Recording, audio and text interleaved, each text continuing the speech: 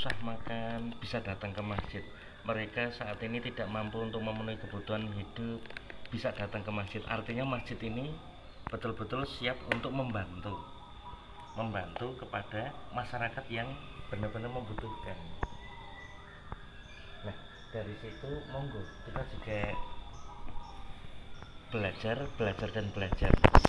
karena nek dalam tinggali nggih memang sudah bagus. Di sini perkembangannya luar biasa, kantun ningkataken malih, dikembangkan lagi, diinovasi lagi pripun carane agar tambah berkembang. Karena barang siapa nyenengke yang lain nggih, insyaallah nanti kita akan panen seneng juga. Kita kulaan nggih Gus. Khairun nas anfa'uhum linnas gitu. Saapi-api manusia itu sing bermanfaat. Lah, bagian dari itu gitu. Milo monggo kita latihan. Kenapa harus ada inovasi? Misalkan di dalam dakwah niki kula jenengan perlu terobosan-terobosan yang tidak monoton gitu, tidak monoton. Jadi yang pandai budaya munculkan budayanya. Kemarin juga sudah muncul kados Pak Eko niki mungkin di bidang apa sosialnya atau bidang pelatihan. Nah, ini semuanya selama itu manfaat monggo ayo kita kembangkan. Kersane jamaah niki nggih tambah wawasannya. Misalkan kados dalam nggih remen di lintas budaya, tidak membeda-bedakan. Dan niku memang juga perlu nanti kita munculkan. Yen arep cerita karo sapa, seringkali kita seperti itu. Kadang bingung kita mau cerita pada siapa gitu.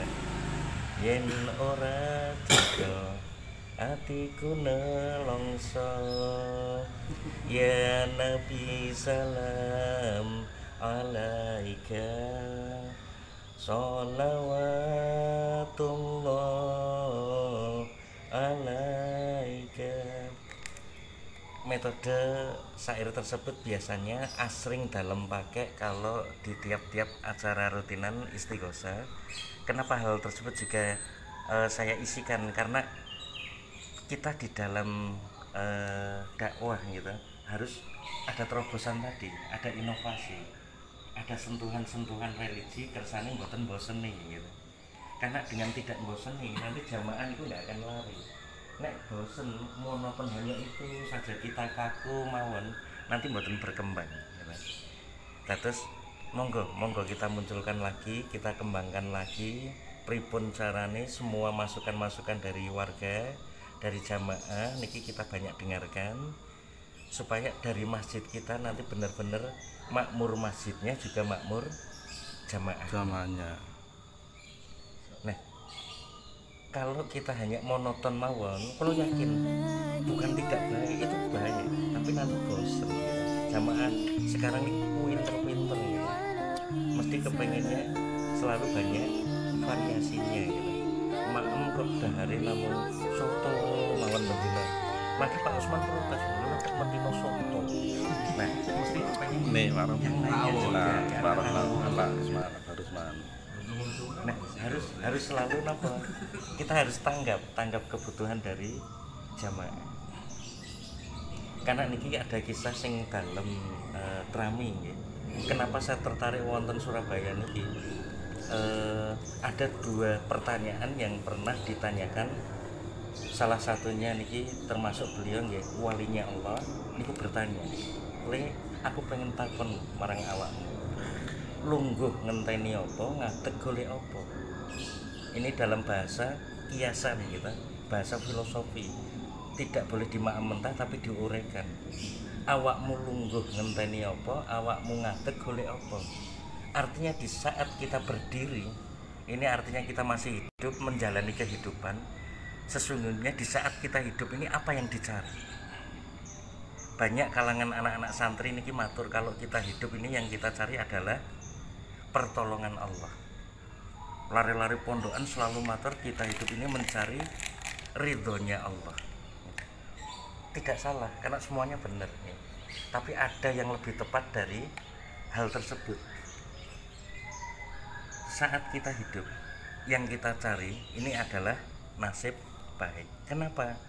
Kenapa nasib baik?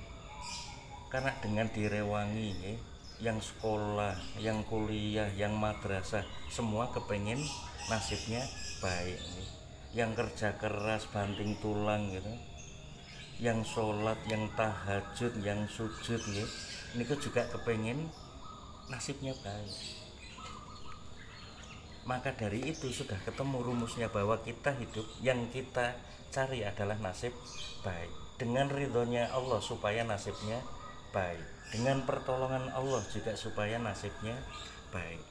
Lah nek kepengen nasibnya baik, rumusnya apa niku wau? Monggo kula jenengan berbuat baik. Nek kula jenengan mboten purun berbuat baik, lah bagaimana kita bisa bernasib baik? Yang kedua pertanyaannya tadi, saat kita duduk artinya makom, kita tidak bisa kemana-mana. Setelah kita meninggal nantinya, apa yang kita tunggu? Yang kita tunggu juga nasib baik. Saat kita hidup yang kita cari ini adalah nasib baik, supaya kita selamat dunia dan akhiratnya. Biasanya pun nek lari santri langsung protes, ngoten itu wonten dasarnya napa mboten? Nggih ada ya.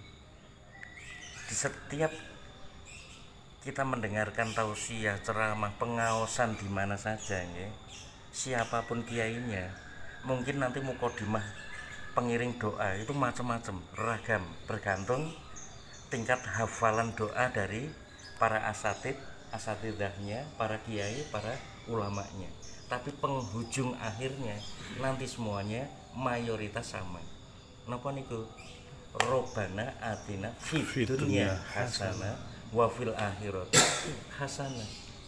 Yang kita cari di dunia itu yang hasanah, kepengen sing apik ning donya gitu. Dan juga kepengen teng akhirat nggih sing apik. Artinya apik niki pripun? Nggih beruntung bener-bener. Nggih beruntung donyane, nggih beruntung akhirate. Nasibe apik teng donyane, nggih nasibe apik teng akhirate.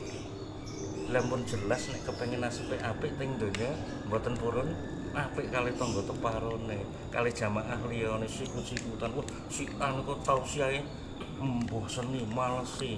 Ini sebenarnya bukan tausiahnya, hati kita yang sempit yang perlu kita perbaiki, yang nggak bisa nerima karena munculnya rasa aku-akuan yang merasa paling pinter, ya, paling sae, sehingga mudah menilai gitu. Nah dari sini ayo, pernah dalam sampaikan kalau kita benar-benar mengkaji tauhid dengan benar-benar nih, ini sifat keaku-akuan itu harus dihilangkan karena itu erat dengan arti dari kalimat la ilaha illallah. Bukan hanya tidak ada Tuhan kecuali melainkan hanya Allah, tapi diperdalam malih. Ayo kita hilangkan sifat ke aku-akuannya, ke saya-sayaan. Egois. Masjid ini gak bakal maju nek gak ono aku. Masjid ini gak bakal berkembang nek gak ono aku. Ini ndak boleh ya. Tapi harus saling menyadari bahwa semuanya dibutuhkan dari elemen manapun gitu. Sing pinter dakwah, ayo kembangkan masjid lewat dakwahnya. Yang pinter planning lain sebagainya, ayo dengan ide-ide inovasi kreatifnya gitu. Yang ahli ngopeni kegiatan-kegiatan teng bidang hari besar Islam, ayo dirutinkan lagi gitu. Sing pinter ngomong jamaah, ayo dikembangkan metode ngomong jamaahnya. Atau mungkin ada juga yang ahli di bidang medisnya, ayo perbanyak ngopeni jamaahnya ben do sehat kabeh. Akhirnya seneng ke masjid juga. Nah, semua elemen digabungkan jadi satu ben makmur masjidnya juga makmur jamaahnya dalam rangka setunggal nggih. Napa niku? Niki termasuk yang namanya kulaan seneng niku masuk di dalam 6 sifat yang dipakai para sahabat. 6 sifat ini termasuk kunci sukses dakwah para sahabat. Salah satunya ini termasuk golongan nomor 5, yaitu khidmah. Khidmah niki napa? Melayani, menunaikan hak orang lain tanpa ngarep-ngarep haknya ditunaikan. Sakjane niku napa? Dalam kulaan seneng niki, terkadang kula jenengan di dalam mempraktekkan kadang nggih mboten seneng. Mergo napa yo pegel, yo capek, yo kesel, yo lelah nggih. Tetapi nek nawa itu kita ini khidmat nggih. Karena Allah nggih. Bahasanya barang siapa lelahnya niki kok lillah, pasti bakal barokah. Tapi nek lelahnya kita karena gersah nggih, nggih ngapunten, mboten angsal napa-napa nggih. Hanya dapat capeknya saja. Seperti halnya di Ramadan seringkali kita ditegur. Kebanyakan banyak dari umat ini, golongan ini yang puasanya dapatnya hanya capek, lapar dan dahaga saja, hanya haus saja. Gak dapat apa-apa, eman gitu.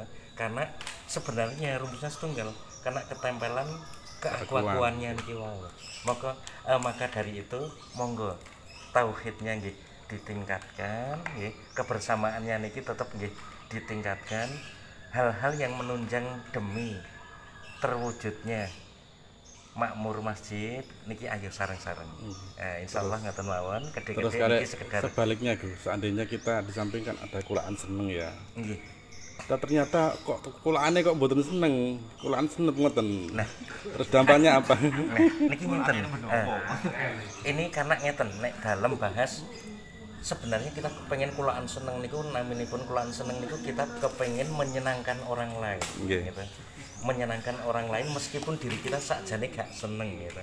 Nggih capek. Nah, kalau kita kepengen juga mboten senep gitu. Namun kita gak mangkel niku. Berarti yang diluaskan hatinya untuk belajar ikhlas. Ngamal napa mawon niku yang dimunculkan harus ikhlas, jangan terpaksa. Ojo ngarep-ngarep gitu. Mergo di saat kula jenengan iki berbuat baik pada si A, pada si B, pada si C dan si Z, kebanyakan kula jenengan ngarep-arep, wah aku tak apik mbek nika supaya nika engko ya apik mbek aku. Niku gak oleh gitu. Nek memang niat sampean apik ya apik mawon gitu.